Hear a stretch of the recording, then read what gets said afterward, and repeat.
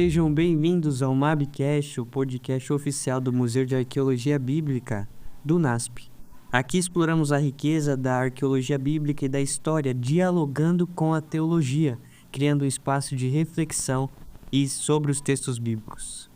Eu me chamo Igor, sou um dos historiadores do MAB e gostaria de apresentá-los aos meus convidados e co-hosts permanentes, Pedro Henrique, nosso historiador e teologando. Ô, Pegão, tudo bem? Você tá bem, mano? Bem, graças a Deus. Ah, que coisa boa. É uma honra estar aqui com você de novo. E junto comigo, além de você, Igor, também está aqui a Marcele. Como é que você está, Marcele? Estou bem, Pedro. E você? Como você está nesse lindo dia que Deus fez? Obrigado por perguntar. Nossa pesquisadora, mestranda e muito mais, Marcele, muito estar aqui também. Muito obrigada. E nós não estamos sozinhos. O nosso convidado de hoje é o professor e mestre Lincoln Nogueira. Ele é bacharel em teologia, mestre em teologia bíblica e doutorando em teologia bíblica do Novo Testamento pela Andrews University.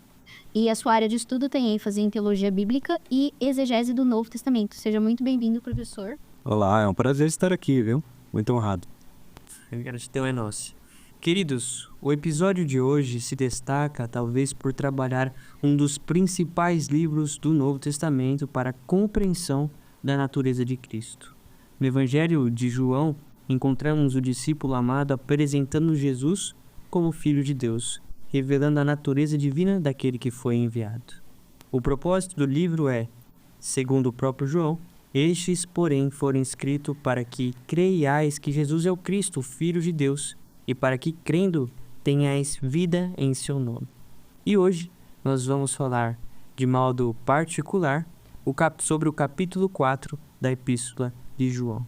Professor, o senhor tem alguma consideração sobre o que nós vamos ler aqui? Talvez um contexto desse capítulo de João, capítulo 4?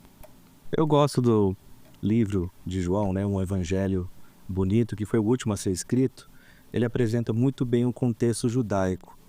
E ele foi escrito numa época, no final do primeiro século, na qual já não se tinha mais o conhecimento de todo o contexto judaico. O evangelho se espalhou, gregos, romanos e vários outros gentios, né, se converteram. Então é muito importante para João apresentar as raízes judaicas. Então ele é o evangelho que a gente encontra mais informação sobre as festas, tem detalhes explicativos, né? A gente vai ver aqui no próprio texto de hoje, capítulo 4, que existe pausas para explicar um pouco cada detalhe. Então, é muito interessante esse evangelho, até para entender o contexto judaico.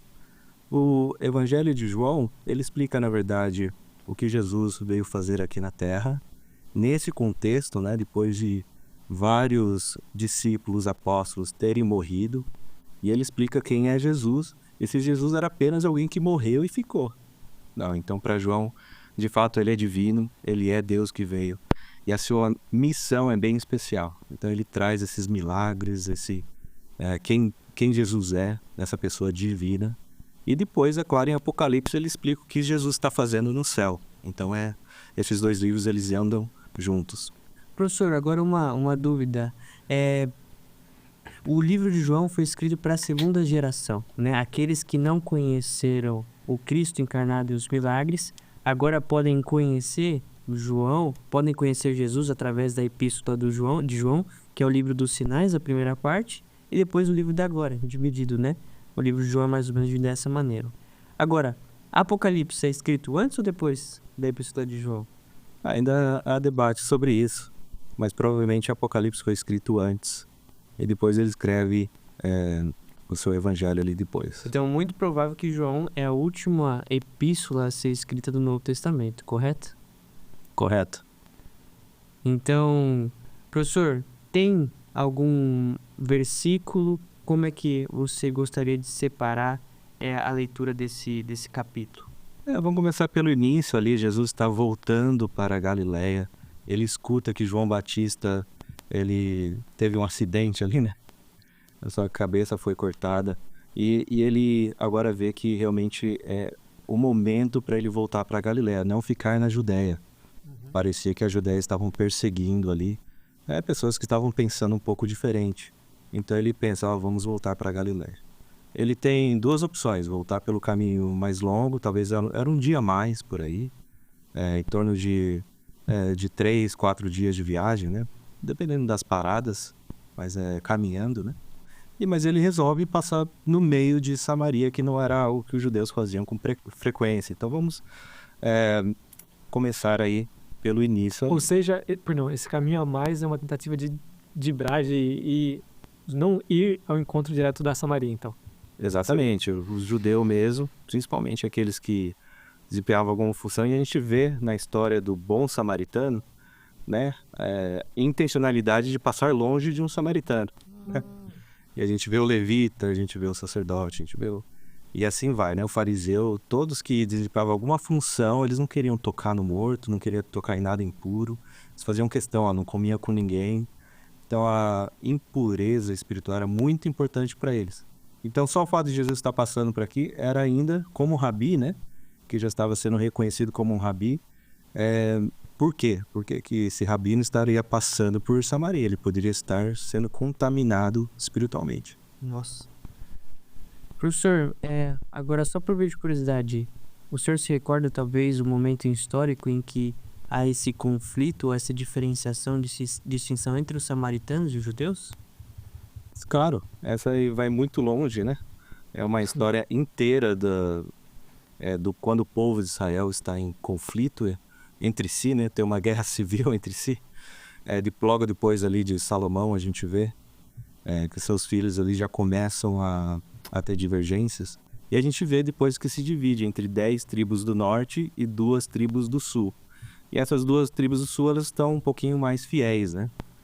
E essas 10 tribos do norte, ao passar do tempo, com a desobediência e tudo mais. Isso a gente vê em 2 Reis 17, o detalhe interessante ali de como que eles estão sendo desobedientes a Deus, idolatria, e como Deus agora permite que os assírios, eles invadam ali e agora levem cativos os 10 tribos do norte, né, os israelitas, e é por volta do ano 722 a.C.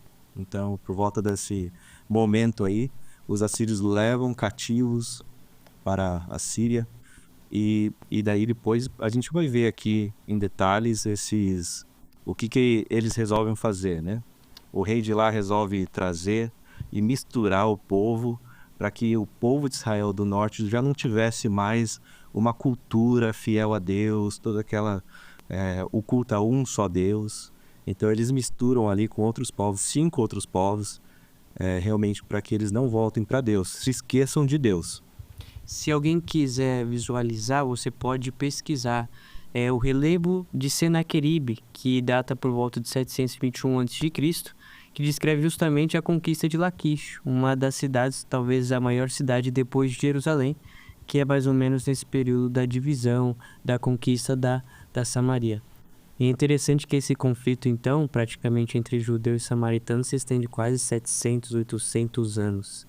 Então, o retrato que a gente tem no Novo Testamento é algo enraizado, mais antigo do que o próprio Brasil, né?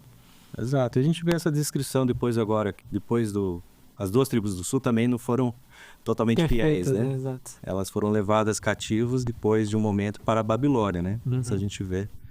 Que elas foram também, os judeus ali, né?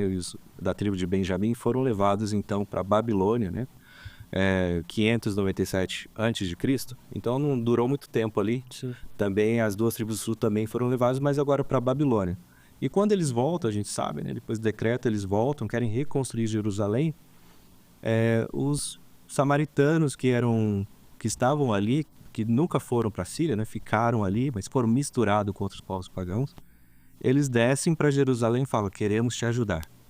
Né? Então a gente vê ali Esdras e Neemias, toda a história muito interessante agora do retorno, né, da Babilônia, e essa tentativa de reconstrução e essa briga, né, briga entre os samaritanos, a gente vê claramente ali na Bíblia. Interessante. É esse o grande contexto histórico que nós temos sobre samaritanos e judeus, para a gente adentrar agora a leitura de João capítulo 4. Duda, você pode ler para nós? Então vamos abrir as Bíblias e ler João 4, do versículo 1 até o versículo 6. Quando, pois, o Senhor veio a saber que os fariseus tinham ouvido dizer que ele, Jesus, fazia e batizava mais discípulos que João, se bem que Jesus mesmo não batizava e sim seus discípulos, deixou a Judéia, retirando-se outra vez para a Galiléia. E era-lhe necessário atravessar a província de Samaria. Chegou, pois, a uma cidade samaritana chamada Sicar, perto das terras que Jacó dera a seu filho José. Estava ali a fonte de Jacó. Cansado da viagem, assentara-se Jesus junto à fonte, por volta da hora sexta. Muito bem. Essa fonte aí é um poço, né? É o poço de Jacó, foi construído há muito tempo atrás. O próprio Jacó construiu, né? E a gente vê que esse poço, ele fica a 50 quilômetros de Jerusalém, mais ou menos. E essa viagem, a gente não sabe exatamente de onde que Jesus partiu. Mas para chegar até onde ele chegou aqui em Sicar, leva mais ou menos umas 10 horas aí de caminhada. Então quando ele chegou meio-dia ali, realmente ele estava cansado. E eles saíram bem de manhã. A gente não sabe exatamente, mas eu acho que não foi de Jerusalém, porque senão ele teria chego mais tarde lá nesse local. São 49 horas até o Mar da Galileia, sair de Jerusalém até o Mar da Galileia. Então é claro que são alguns dias de viagem, eles foram com calma, né? Mas a gente sabe que eles chegaram por volta do almoço, porque discípulos vão e compram comida ali na cidade de Sicar. Esse poço, ele contém mais ou menos 40 metros, a última medida que foi feita pelo Major Anderson. Em 1866, ele calculou que a profundidade total do poço é de 42 metros. Ele é do tamanho assim, de uma pessoa, é estreito em cima, mas depois ele se abre e a pedra calcária se abre embaixo até chegar na água. Então é bem profundo, né? 40 metros. Então, perdão, professor, é um poço que ainda você consegue ver para poder ser feito... Hoje eles construíram uma igreja em cima, né? Eles, para preservar alguns lugares, eles construíram catedrais, igrejas. Então, você consegue ir nesse local. Mas é claro que em 1866 não havia isso e tem a descrição que a gente sabe do local real. Entendi. Hoje em dia, você vai lá, você tem um buraquinho ali dentro da igreja, uma catedral, e é claro, mudou um pouquinho o aspecto, né? Então, hoje não tem aquela graça de ver como seria nos tempos bíblicos. Mas em 1866, quando esse explorador aqui foi lá, ele calculou as medidas e viu tudo certinho. Então essa descrição é importante pra gente. Com certeza. E o que acaba explicando também, porque mais pra frente no texto a samaritana vai falar a questão do balde. Você não tem um balde que chegue 42 metros de profundidade. Exato. É um prédio de 14 andares. Não Caramba. Não é. Agora que você colocou em perspectiva, fez mais sentido na minha cabeça. É muito alto. É muito alto, devia demorar um tempinho, né? Nossa. Tem uma pergunta pra vocês. Quantas vezes vocês abriram a torneira hoje? Tá, calma. Escovei o dente de manhã. Aí eu lavei, coloquei água na panela pro arroz. E depois eu tive que escovar o dente depois do almoço de volta. E o chuveiro conta... Chuveiro não vamos contar como torneira, não. Conta, sim. Então, eu vou chutar que foi em torno de umas 7 vezes. A minha também, umas 7, 6 vezes. Isso até a hora do almoço, por aí. Até a hora do almoço, exato. Eu abri 5 só me arrumando de manhã cedo. Que a gente tem pia no quarto. Agora imagina aquela época, o uso de água. Não tinha acessível, né? Não tinha hoje que a gente, tô precisando de água. Vou ali, abro a torneira, é muito fácil. Você realmente precisava ir até o poço para pegar a água. E a distância era considerável, professor? Da cidade ali, não, em torno de 1,5 km até a cidade mais próxima ali de Sicar. Entendi. Mas é uma caminhada que você faz, vamos dizer assim, recorrente. Quantas vezes por dia é normal você fazer essa caminhada para poder trazer água para sua casa? Então, dependia muito. Esses jarros, eles comportavam bastante litros aí. Quase até 20 litros. Hoje tentou carregar aquele 20 litros de água, né? 5 galões por aí. Realmente é um pouquinho pesado, né? Você tenta segurar ali com uma mão e é difícil. Mas imagina que as mulheres iam até o poço, colocavam na cabeça esses jarros. Os jarros já eram um pouco pesados, né? Jarros de barro. E depois enchia de água e levava isso aí de volta até a cidade. Então cada viagem era em torno dessa quantidade de água. Então o cálculo aí que se você realmente quer usar água e precisa para cozinhar, fazer outras coisas, né? Tomar banho. Uma vez por dia, uma vez cada 2 dias, você teria que ir de volta ao poço. E é um trabalho em essência feminina, então vai ser. Exato, o costume da época que as mulheres iam juntas, né? Elas se juntavam ali, elas faziam o pão junto, colocavam no forno público. Não era igual hoje que a gente tem dentro de casa, cada um fica na sua casa. Então a cultura da época, isso que me Trabalho bem interessou comunitário.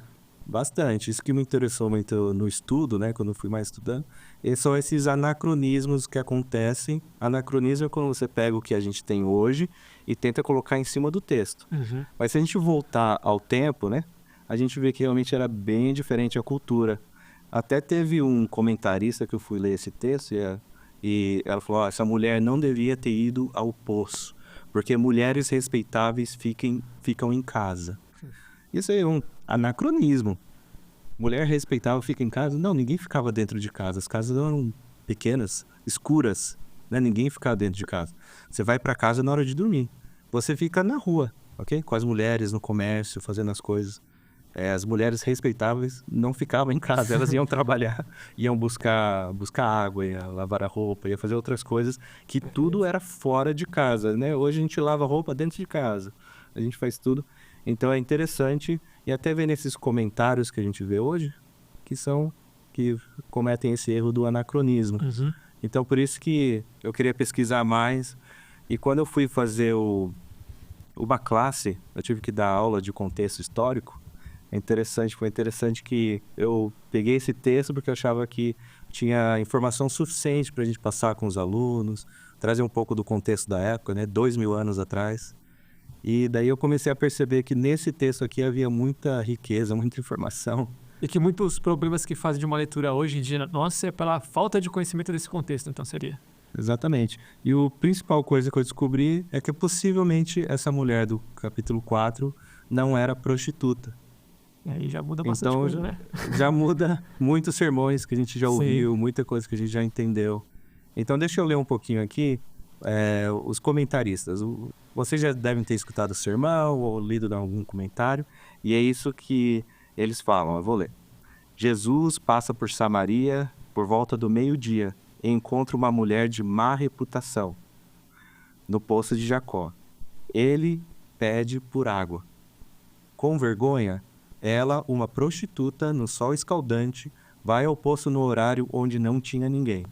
Não queria encontrar ninguém, fugindo dos seus problemas. Eles, Jesus e a mulher, estão sozinhos. Pode ser mal interpretado pelos discípulos. Jesus expõe o seu pecado, mas ela tenta mudar de assunto o tempo todo. No final, ela se converte e a cidade vem apesar da sua reputação. Já ouviram algum tipo de comentário assim, as coisas desse texto? É um resumo bem, realmente, que perpassou várias coisas que vão indo, né? Então, eles estão sozinhos ao sol do meio-dia, ela tem uma má reputação, ela é prostituta, e ela passa por uma conversão. Então, estudando o contexto histórico, eu percebi que essas três coisas, possivelmente, elas não estão 100% corretas como a gente interpreta hoje. Então, a gente pode ver aqui um pouquinho nesse podcast como que a gente pode rebater essas três questões aqui. Então a gente segue adiante no texto, porque agora a gente vai ter a impressão de que ela está sozinha, muito embora a gente reconheça agora que possivelmente ela não esteja. E aí nós lemos do versículo 7. Nisto, veio uma mulher samaritana tirar água. Disse-lhe Jesus, dá-me de beber, pois seus discípulos tinham ido à cidade para comprar alimentos. Então lhe disse a mulher samaritana, como, sendo tu judeu, pedes de beber a mim, que sou mulher samaritana? Porque os judeus não se dão com os samaritanos. Replicou-lhe Jesus, se conheceras o dom de Deus e quem é o que te pede, dá-me de beber. Tu lhe pedirias, e ele te daria água viva. Respondeu-lhe ela, Senhor, tu não tens com que atirar, e o poço é fundo. Onde, pois, tens água viva? Alguns elementos aqui, né? A gente já viu que o poço é fundo, de fato ele é muito fundo. Jesus aparece ali depois de uma viagem, ele não tem o balde, né? Ele não tem, existem outras versões aí, né? Mas ele não tem como retirar, né? É bem capaz que naquela época era realmente pele de animal, né? Colocado assim, eles colocavam lá embaixo, enchia e trazia de volta. Não necessariamente ferro não era comum, né? Para fazer um balde, nem plástico também, isso não existia. Mas era realmente um serviço difícil, né? Não era algo fácil. E Jesus pedindo para essa mulher, "Ué, você não é judeu, né? Porque que E acho tá pedindo isso para mim?" própria questão também de que ela reconhece em Jesus que ele é judeu. O mero olhar para ele já diz para ela que ele é judeu, né? Sim. Haveria alguma caracterização em termos de vestuário, em termos de aparência, que diria isso para ela logo num primeiro olhar? Eu acho que ela reconhece aqueles que são da região, né? E também o porte, com certeza, tinha algo diferente. A vestimenta era parecida, mas aqueles samaritanos, principalmente próximo do monte, eles estavam... Você olhava para cima ali do poço, você via o monte Gerizim, né? Você via o monte onde tinha um templo. Eles usavam turbante branco e era um pouquinho diferente. Não era muito diferente, não. Mas ela com certeza reconhece que ele é judeu. Talvez sua fisionomia, talvez a sua roupa um pouco diferente. Uma questão que pra mim fica na minha cabeça, né? Eu gosto muito do Antigo Testamento. E lendo essa história, me lembro muito das histórias que tem encontros nos poços no Antigo Testamento, né? Então a gente tem algumas histórias que repetem isso. Você vê, de certa forma, alguma ligação com essas histórias do Antigo Testamento? Há muitos que fazem ligações aqui, e principalmente a questão de ser uma mulher no poço, né? A gente vê Essa questão algumas de dame de bebê, histórias, né? dame de bebê, algumas histórias até de casamento, né? Então é uma das interpretações. No final a gente pode concluir e ver essa questão também. Mas é uma interpretação até do capítulo 4 que algumas pessoas fazem. Comparam com o Antigo Testamento e vê que talvez aqui existe uma espécie de relacionamento entre Jesus e essa mulher. Então é claro que daí tem uma vertente para todos os lados, né? O que seria isso, né? Okay. Até existe uma tentativa de redimir a mulher para dizer o seguinte: não, tá vendo? Jesus que foi incorreto de vir e se aproximar dessa mulher com algum intento e essa mulher, entendeu? Algum relacionamento. Mas a gente vê no Antigo Testamento, é claro, né, vários exemplos de casamento ali no poço, né? E tem uma conexão que a gente vê do horário, dame de bebê. Então existem conexões, mas nem todas elas estão no texto. São conexões que a gente faz depois por causa essas questões do poço, né? Era um item comum, não é algo incomum. É algo que nessa região aqui era o único poço da região. Então todo mundo ia a poço, era uma atividade comum. Então, por ser uma atividade comum, é claro que há paralelos, mas não necessariamente que vá mudar a interpretação do texto aqui. Perfeito. Mas voltando às nossas 3 coisas, né? Que a gente ia, de certa forma, quebrar. Então... A primeira é essa questão de estar sozinhos ao meio-dia, né? Depois a reputação e depois a conversão dela. Então, primeiro, sozinho ao meio-dia. Isso é possível? Então, a região, quando você começa a explorar a região ali, a região onde está o poço de Jacó é perto de Siquém, é perto que foi destruída, é perto de Sicar, onde havia uma comunidade ali. Não se sabe ao certo, mas em torno de 1.500 a 3.000 pessoas. É uma comunidade boa, expressiva. E ir ao poço é uma atividade comum, é uma atividade que todos deveriam fazer. Todo mundo precisava de água. Todo mundo precisava de água. E naquela região ao redor, a menos que você atravesse as montanhas ali, são 2 montanhas, o Monte Ebal e o Monte Gerizim. Do outro lado fica Samaria, que é Sebaste, conhecido como Sebaste, é a cidade de Samaria. Lá existia, sim, reservatórios de água, mas esses reservatórios de água se enchiam na chuva. Então começava lá em novembro e daí tinha bastante chuva lá por fevereiro, março. Então os reservatórios de água se enchiam. Aquelas chuvas, né, primeiras ali, né, temporã, depois serode, a gente vê que enchia, mas era usada a água até a próxima estação chuvosa. E depois que chovia bastante, se enchia, mas não durava o ano inteiro. Então mesmo lá em Samaria, na cidade de Sebaste, que se tinha água e reservatório de água, dependia da chuva, dependia das estações da chuva. Então mesmo quando não tinha chuva, elas tinham que ir lá no poço também. Então várias cidades da região iam ali, então não era um poço apenas daquela cidade. É o único poço que tinha na região inteira ali. Entendi. E como que a gente pode ver, Jacó teve trabalho para fazer esse poço. Ele teve que escavar ali a pedra calcária. Assim, era um buraquinho pequeno, né? Depois mais profundo foi se abrindo. E a gente vê que 40 metros, 14 andares, né? Muita coisa, muito serviço. Sim. Então não tinha outro poço. Então o fato dessa mulher ir ao meio-dia, é claro que está sol, é claro que está difícil. Realmente não era o horário que todo mundo escolhia aí. Mas pela necessidade, pela demanda, ok? Era o único lugar que ia. É o único lugar que tinha. Imagine se você está numa cidade pequena. Vamos imaginar aqui em Jericoacoara 3.000 habitantes, ok? E você tem apenas um restaurante. Claro que você pode comer em casa, claro que talvez você não precise comer, talvez você esteja fazendo jejum. Mas você vai encontrar pessoas no restaurante? Claro que você vai encontrar pessoas no restaurante. Qualquer momento, eu vou mais cedo hoje para não ter ninguém. Não. Mas se é o único restaurante, vai ter gente, vai estar cheio. Esse era o único poço da região. Então, só o fato de ser meio-dia não é suficiente para falar que eles estão sozinhos. E existe uma interação de dois. Existe a interação de Jesus e a mulher samaritana. A samaritana vem pegar água e ele pede para ela, é claro. Mas é um ambiente onde alguns comentários falam, eles estão sozinhos, ninguém ao redor. Fica até uma citação até os filmes mostram isso, desconfortável. né? Você vê o The Chosen, por exemplo, todos os filmes vão mostrar essa cena que fica no nosso imaginário, né? Só os dois. Não, ali devia ter gente acampada, ok? Gente de toda a região. Devia ter gente com animais, ok?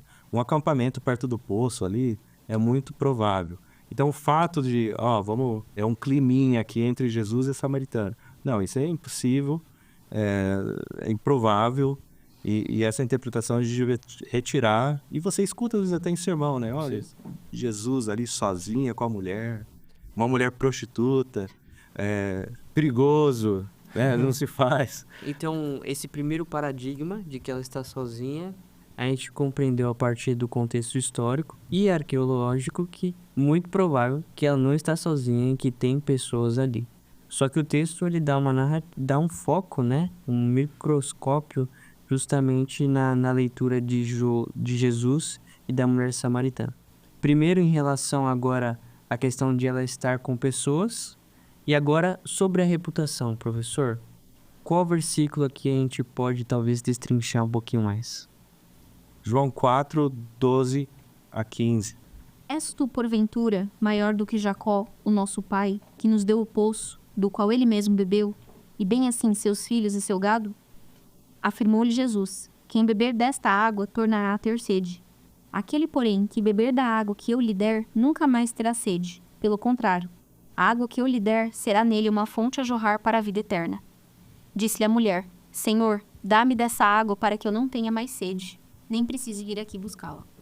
Então a gente vê nesses textos aqui que essa água viva, na verdade, era água potável, ok? Certo. Então é uma expressão aqui que ocorre no texto que ainda não é nada espiritual. Mas Jesus, pelo comentário dele, ele torna algo espiritual, como a gente vai ver nos próximos versinhos. Que interessante. Isso muda as coisas. Então, é um linguajar comum da época. Então, essa questão da água viva.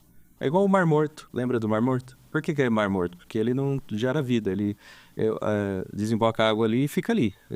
Não tem vida, não tem para onde jorrar.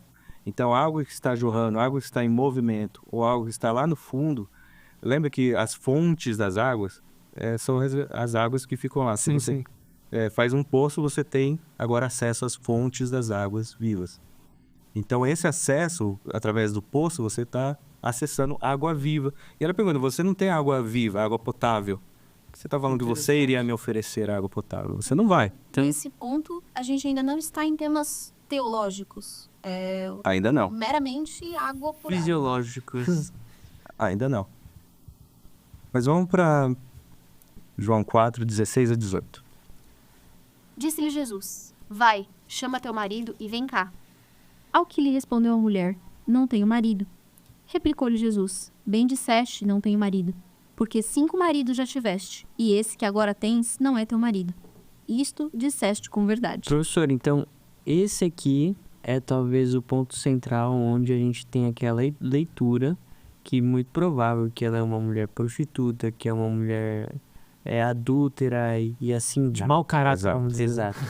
Essa Os leitura 5 maridos, né? Isso, essa é uma leitura tradicional. Ou até 5 homens, né? Agora, o que o texto, diante desse contexto, ele quer nos mostrar?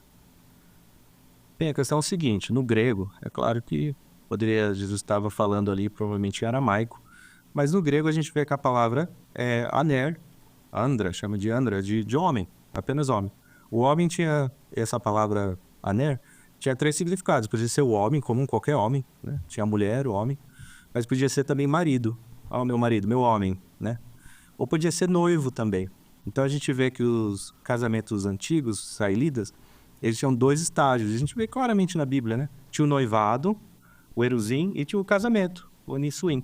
Então tinha a época do noivado. A gente vê isso claramente em Mateus capítulo 1, verso 19.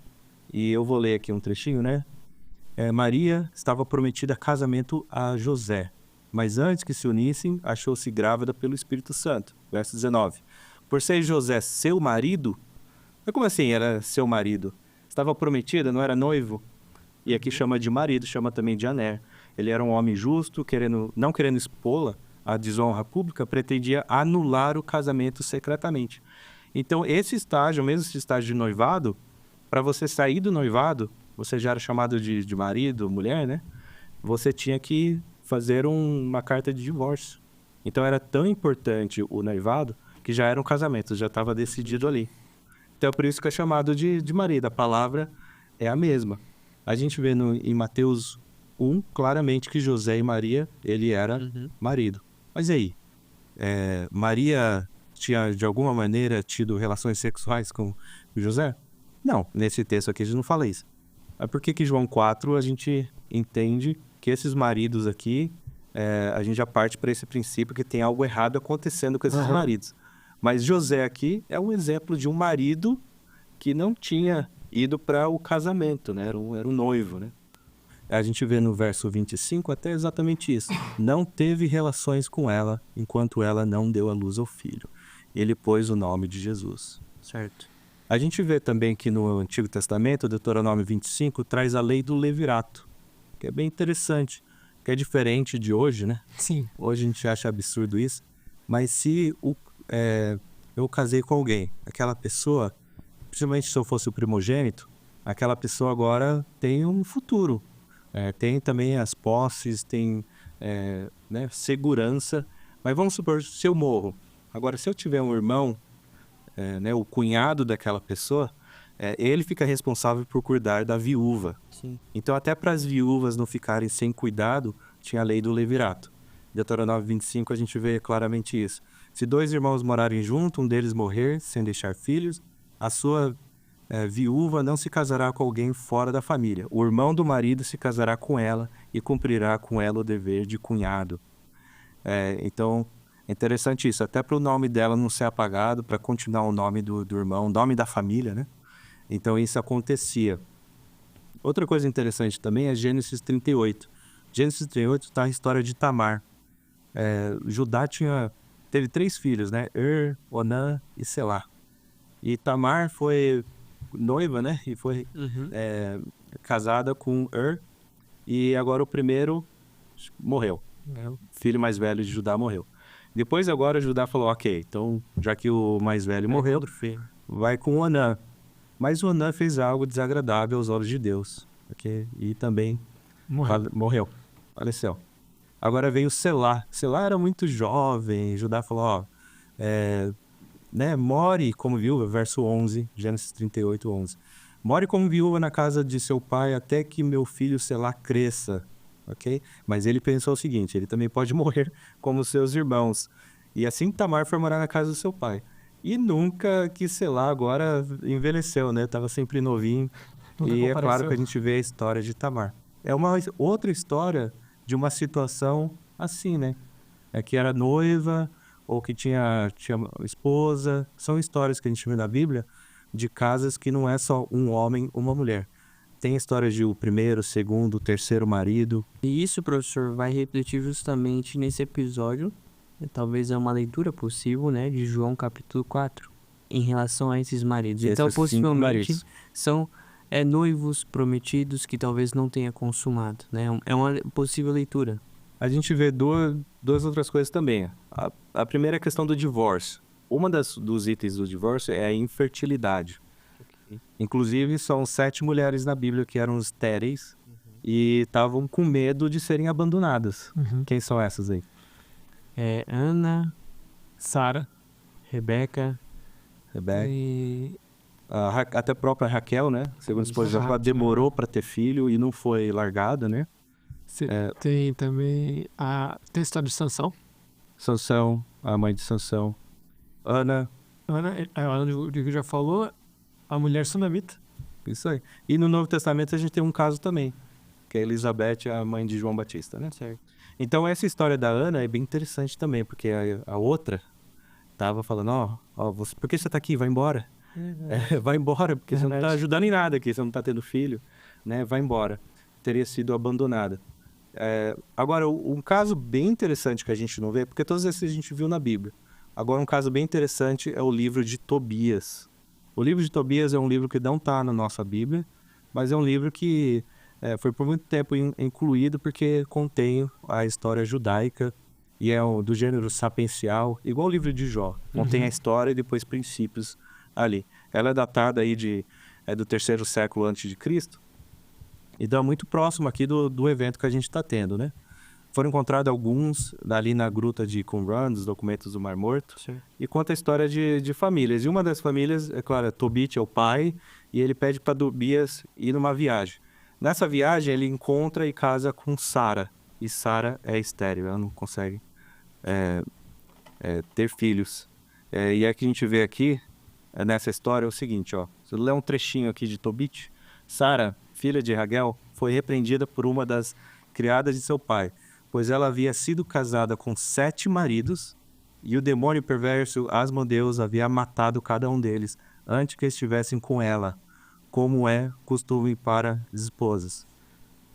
Então a criada lhe disse: você é quem mata seus maridos. Veja, você já foi casada com 7 maridos e não levou o nome de nenhum deles. Por que você nos prejudica?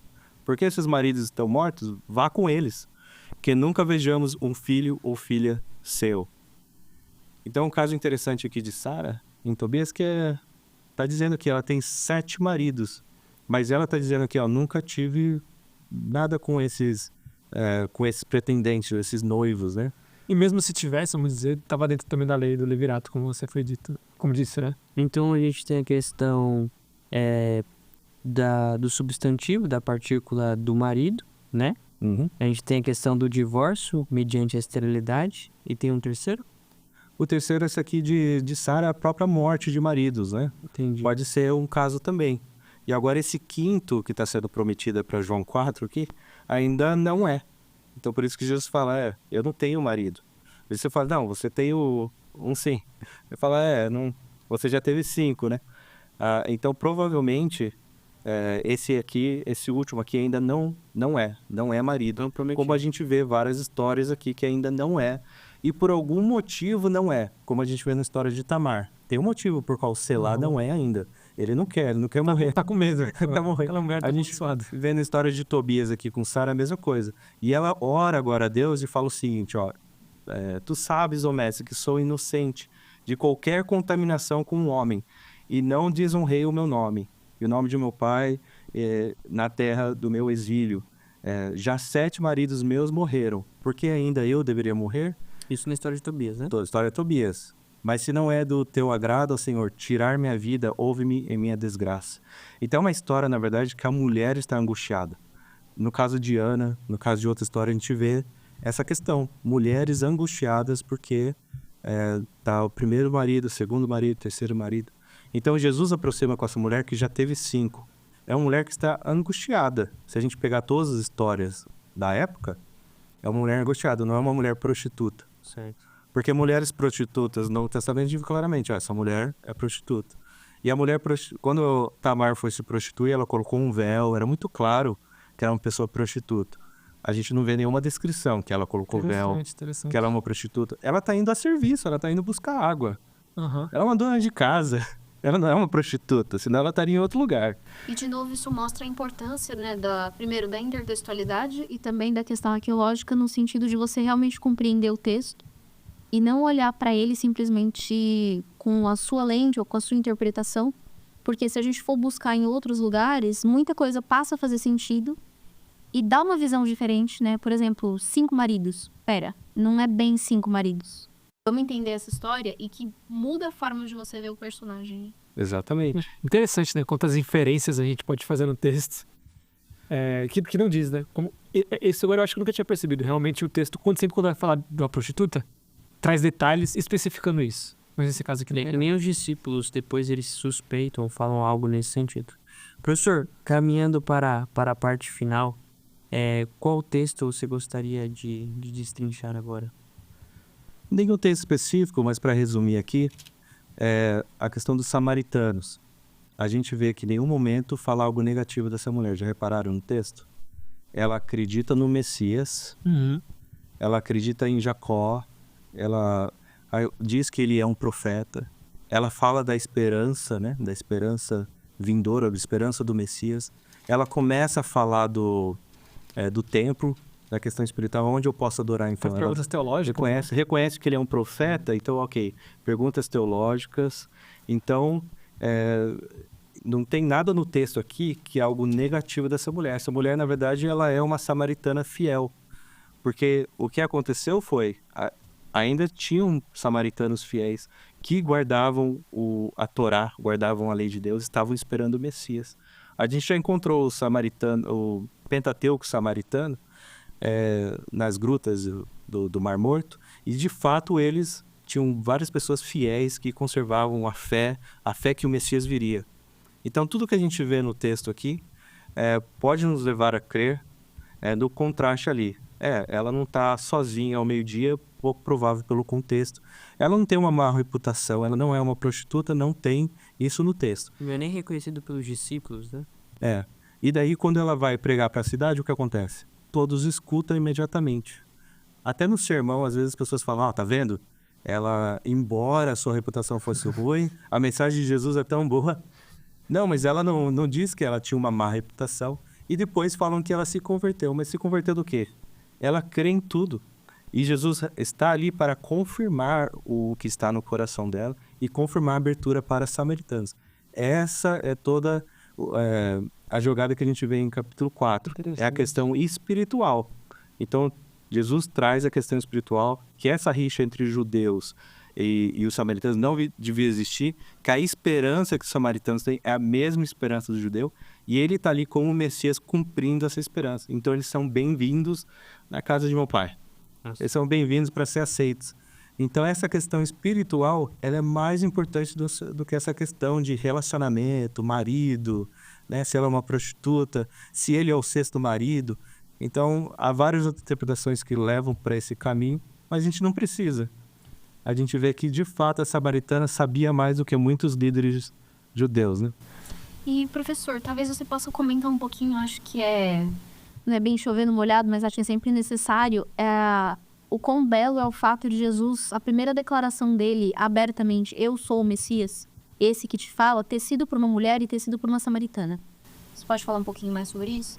É a única passagem, antes do julgamento de Jesus, que ele declarou claramente que era o Messias. Até para os discípulos, ele faz a pergunta, né? E é a única passagem que ele claramente... Ele não quis enrolar, ele quis ir direto ao ponto. Ele viu a angústia no coração dessa mulher. Ela viu o conhecimento que ela tinha, a honestidade e a fidelidade dela a Deus. E porque ele reconheceu isso e que essa cidade inteira estava pronta para receber o evangelho, ele claramente se declarou.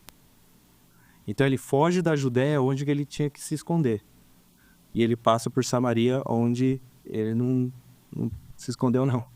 Ele disse claramente, você via que eles estavam abertos para receber. E a gente vê isso no final do capítulo, depois, no final do capítulo 4, a gente vê a recepção de todos da cidade ali. E muitos creram em Jesus ser o Messias de fato que eles estavam aguardando. No lugar de conflito, no lugar de estrangeirismo, no lugar onde possivelmente os judeus eram rechaçados, é onde Jesus encontra um coração angustiado, mas também um coração disposto a ser transformado.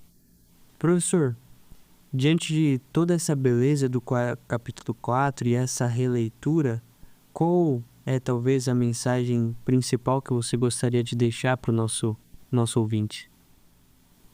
Eu disse que eu estava dando aula de contexto judaico e tinha uma aluna que veio no final da classe, depois de explicar e mostrar alguns fatos, ela veio, professor, muito obrigado por essa aula. Eu amo essa história, é minha história favorita.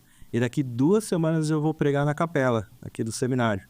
Ela disse, professor, eu posso usar um pouquinho do que você explicou aqui? Claro, pode sim, é por isso que eu estou dando aula para vocês poderem usar esse conteúdo.